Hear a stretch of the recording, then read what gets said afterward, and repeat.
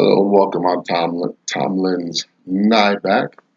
We're at day 187, 365 days towards racial change. Excuse me. That's the beauty of unedited video. We just get the raw, off the cuff. You get yawns. I'm getting over cold, a little bit of bass in my voice. It's all over the map. You'll see if you watch all these videos. What are we doing here? We're talking about black in America, being black people. Just finished some interesting uh, posts about some of the philosophy behind slavery in America. And something that really stood out in my mind going through that study was how the white establishment, the institution, uh, had to dehumanize black folks. You know, uh, 3/5 of a human being, and some of that conversation is an understatement. Uh, when you really take to heart some of the things Harriet Beecher Stowe forwards through the St. Clair character. On that note, two major thoughts come about in this study, but it's consistent. You hear this just about every day. Is the mind of America? Coming from uh, a history of dehumanizing a certain class of people based solely on their skin color, just casting them off as ignorant, as missing links between farm animals and white people, white slave masters. That this country, that that scenario was part of this country's history. I think is telling on uh, this country's attitude towards black people, blacks towards blacks, and whites towards blacks. You know, it's the thinking that'll make a police officer shoot a black man multiple times in the back while the man is running away, and the officer getting off the hook by saying he feared for his life. That's how this dehumanizing of black people is normalized to that point. If you remember the Medgar Evers movie with Whoopi Goldberg, you know, um, that James character, Beckwith, I think it's name, or was that Dead Man Walking? I don't know. But anyway, the character that assassinated Medgar Evers in the movie, he says the deer is a fine animal. You know, to take down a deer, there's some poetry in that.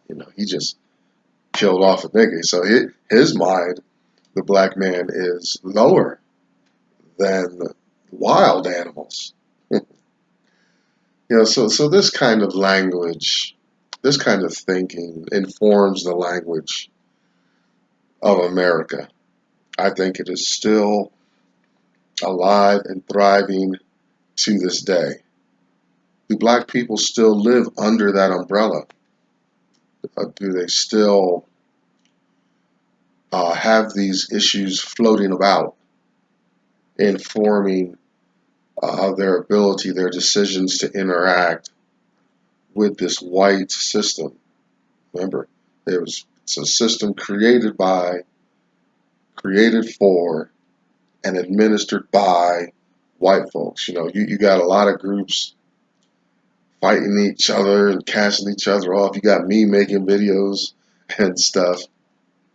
What we want, I think, at the core, I know what I want personally, is to self-determine my life. Support, yes, my land and country, you know, men, women, white, black, brown, Asian, Native Americans have stood their post and made this country uh, a force on the globe, you know, but but we got some work to do um, so that everybody has that opportunity. Now, I'm not for a big inclusion, integration message either.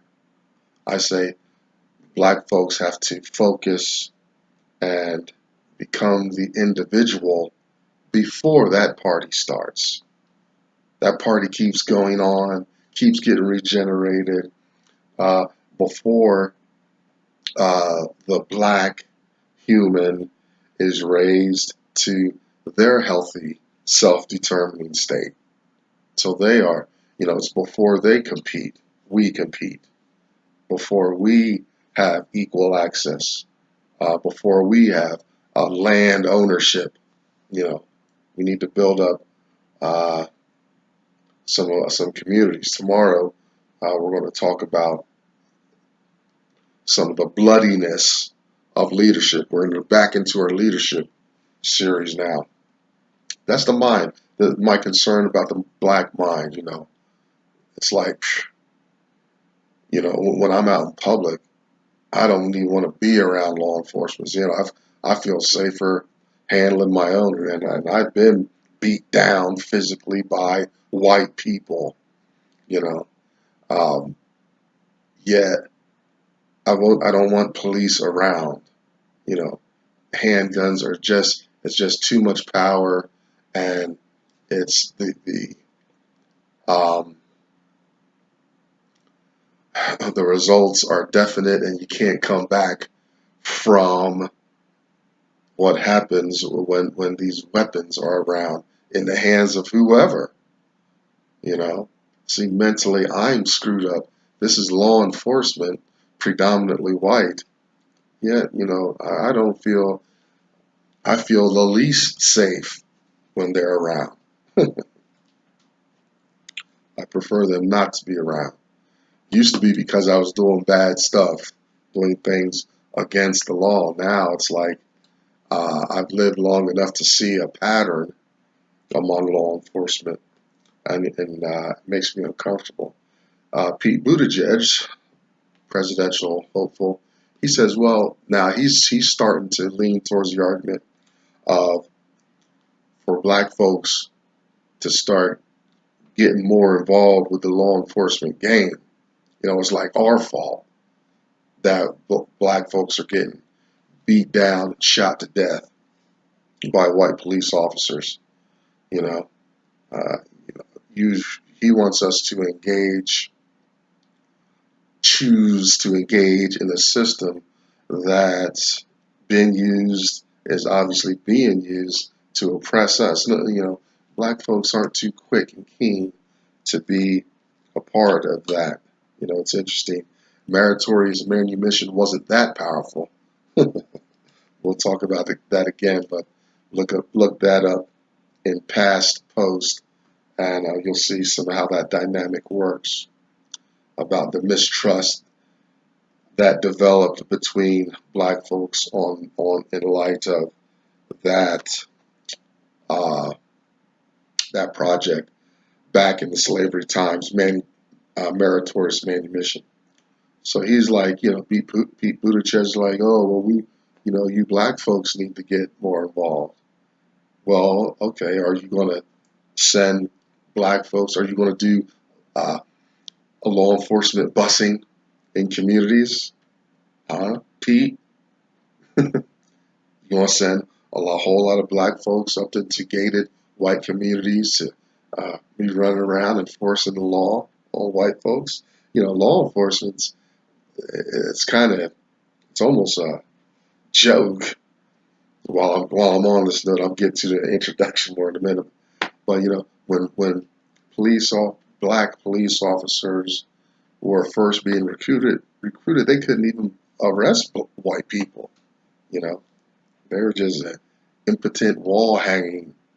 You know, They're the people that could go into black neighborhoods and probably stir up some trouble. Although white people always had that power, they could go in and out of any neighborhood, right?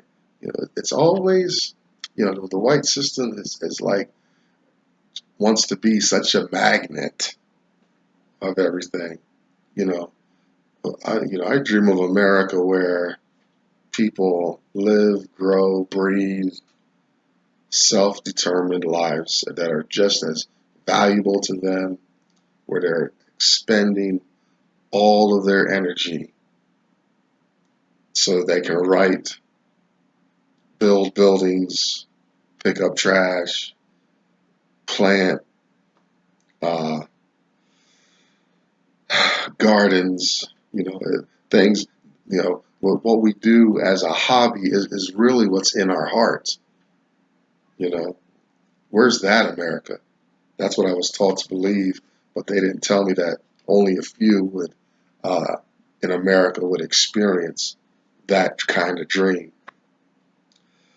Flip side of the same coin about the mind of America is the white mind. We already kind of touched on this, but privilege, entitlement, favor, not just the uh, United States, but in the world. White might is right all around the globe. You know, um, gaps are widening at an exponential rate. Things like that. Very sad. The second big burden is for financial literacy. If blacks are going to compete, we need some financial literacy. My goal, personally, I'd like to see or at least experience some land ownership. Blacks are, in a very real sense, the majority of blacks just are riding on the wave of white ownership in the world, in the nation. And, we need to get our black literacy together, get some black ownership uh, more around the nation and in the world. Financial literacy will put us in that position. Don't screw up our credit. Don't make idiotic mistakes with money. Talk about money around the dinner table if you sit at the dinner table. I haven't sat at the dinner table in decades, because I'm ignorant and was uneducated about how things work in America, how to get things done. It begins with how the dollar is processed and all that stuff. We need financial literacy. We need to start mastering this stuff at an early age. Look at your martial arts master. You know, look at a musical genius, prodigy, Mozart. Those types of people, they were encouraged and supported. You know, beginning at 3, 5, 6 years old, and now they're masters of their discipline, their art. Children need to know that. They need to have that consistent discussion, not forcing greed on us and them. I'm not for that either. Just know how to, just like you read a book, understand words, definitions, and stuff. It needs to be the same way with money. If this public schools don't do it, and that's intentional, and it leaves a person so crippled and ignorant on the other side without this beneficial, crucial. It's how America works. Therefore, it needs to be taught. We ain't looking for jobs, producing more jobs. Boy, you say these presidents and politicians say how they had an influx of more jobs. How they might as well say how they created more of a slave labor class to enrich more white pockets, because that's what's happening. I'm inspired by a man named Dr. Claude Anderson, who reference his works and others here and there, but mostly his works inform the discussion here. A Black History Reader, 101 Questions You Never Thought to Ask. Black Labor, White Wealth, Search for Power and Economic Justice. We are in here going through big, long discussion about leadership. You know, he talks about power structures and disadvantages, wealth gaps in that book. And Dr. Anderson's National Plan to Empower Black America, Powernomics. You can find Dr. Anderson at powernomics.com. Behind me, see hashtag us too. You'll find Black women there. Facebook, I think. Community supporting one another. I'm sure they're still going strong. Check out Black Enough, BLAGGENUF, kind of a Black Facebook experience. It's the World Wide Web. There are billions of sites, voices, links, blogs out there. And if you can't find your flavor or community, then do what I did, start your own. And finally, we just got done a very a pair of chapters, I'll say. The next chapter is interesting. I can't wait to start working on that, but chapter 20 I'm very anxious to get to. But chapters 18 and 19 of Harriet Beecher Stowe's Uncle Tom Cabin, very phenomenal. It's a philosophical timeout in the middle of Harriet Beecher Stowe's work there. It's an underrated book. It's watered down. People don't understand it, haven't read it. Sounds a lot like the Bible. And it's not bad to compare the two because of the popularity of this book when it was compiled and came out back in the mid 1800s, right before the Civil War. All right, continuing on with our leadership analysis with our last few minutes is leadership point 6. And here I just had to put the title Frozen in Time, Leadership Frozen in Time. And this is from Dr. Anderson's book. And he's talking about how Black leadership doesn't go anywhere. You know, I complain about Black folks. We're not innovative. We don't represent what's new in the world, aside from entertainment, right? Always making people laugh, or we're the first ones killed off in the movie, that kind of thing. We got game shows and talk shows. People have built empires and things like that. But those are the outliers. Well, what's the Black individual's general common experience in America? And it's to be an underclass.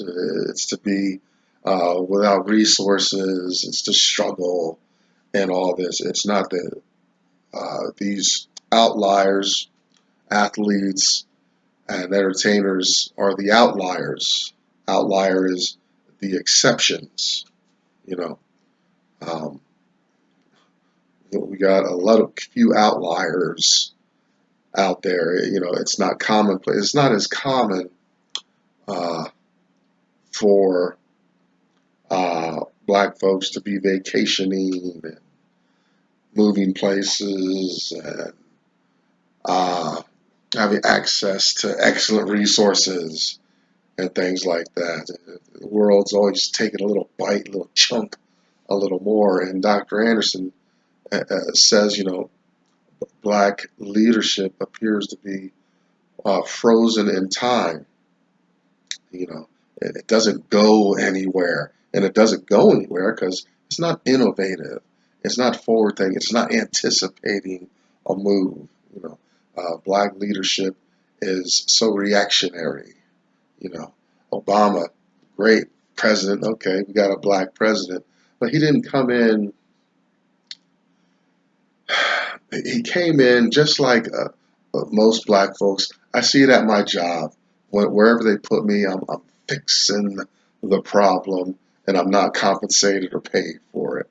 Obama came in to one of the country's worst situations and all that. He doesn't even get any credit for guiding the country through those terrible years, those terrible financial years. He came in, fixed problems. He shored up some uh, some initiatives that were going on and apparent in America. Of course, the next president just undid all that. you know, um, we're not going to go off into a tangent, but what was new, right? And don't say, well, the healthcare and universal healthcare, Obamacare. No, big mistake. It's a hidden tax, making me buy stuff I don't want. There are plenty of other viable resources, and the law is skewed against the poor person. You know, the laws should be simple. If you're a healthcare company, you have to cover, not you as a tax-paying American have to buy a useless product. You know, God, Godspeed to preconditioned and people with children that need care. Yeah, it just means, so you should write the notice. And they had this discussion. I'm not saying anything like, if you're looking at me like, what is he talking about? The politicians know exactly what I'm talking about. They know the evil of this Obamacare and how they screwed up and just put an enormous burden on people. you know. And the thing is, they made the law where I have to go participate in some billion-dollar super structured company already, and I don't even go to the doctor or take health care like that. Never have. Plenty of people don't. Everybody's going to die, and nobody's getting out of here alive, right? That's the way the law should read. If you're a healthcare company, you have to serve. Not if I'm an American citizen, I have to buy. You know, what's next? McDonald's? They're going to make me uh, buy a cheeseburger every so often, cheeseburger quota out of my pocket, and maybe I'm a vegetarian. I got some vegetarian friends. Yeah, how about some laws like that? You gotta buy, so many pounds of beef. See how ridiculous it is when you break it down like that?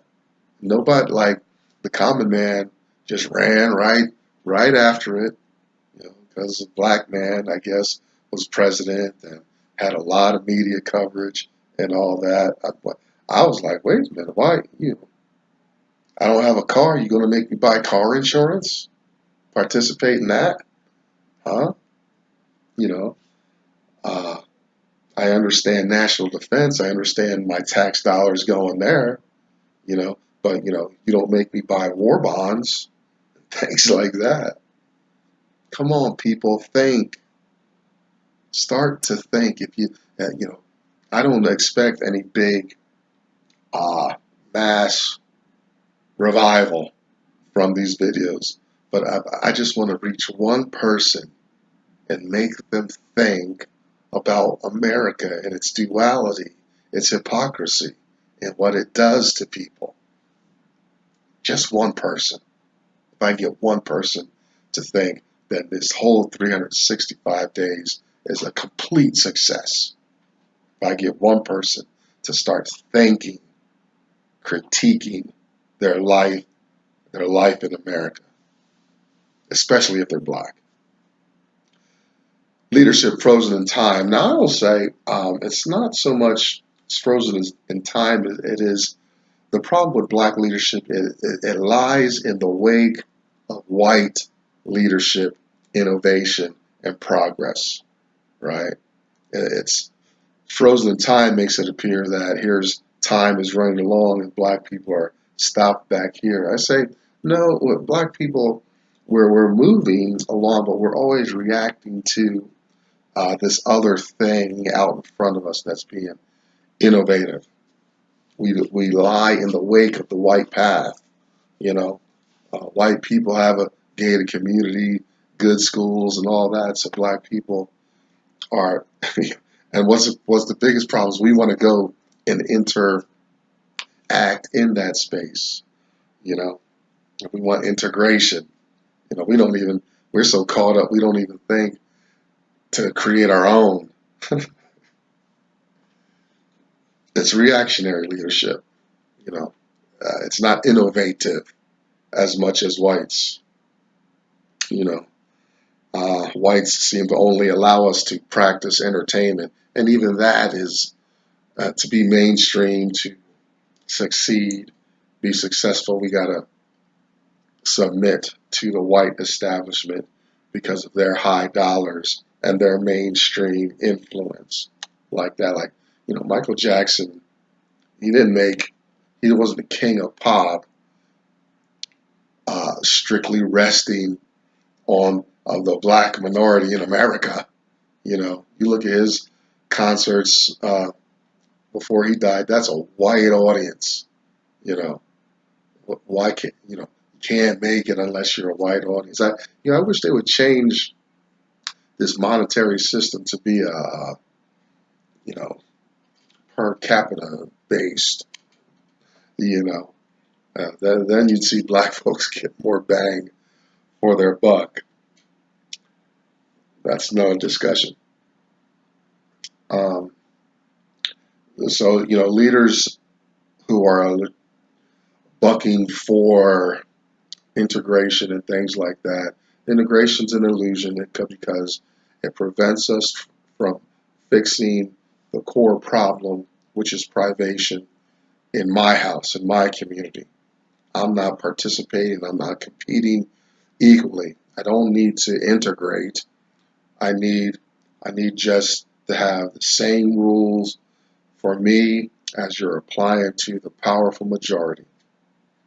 And I can fix my house quite well. Um, uh, Leadership needs to advocate business and education segregation. I talked about I'm going through a thing at work. It's not a big thing, but it's noticeable by me because I'm sensitive to these issues. Is that black education? The whole dynamic is different. This white system is not serving everybody. You know, these people coming from South America are going to find barriers. America's not this big open country, land of the free, home of the brave, as it touts to the world.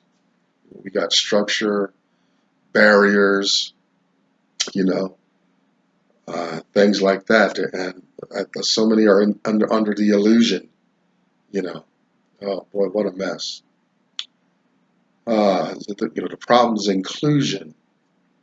The black leader, like I say, at the top of the piece, at the top of the post, we need a healthy black individual that's competing, and that needs to be a normal experience for all black people. And then we'll talk about inclusion, integration, and some of these things. Well, we're walking around with a kind of social and economic leprosy, and we've not been healed. The leaders got to uh, be innovative, forward looking, bring new things to the table, or even massage some old initiatives for blacks, created by blacks, administered by blacks. You know, then as that healthy black class grows, rises, thrives, uh, then we start looking eye to eye and competing and interacting with the world.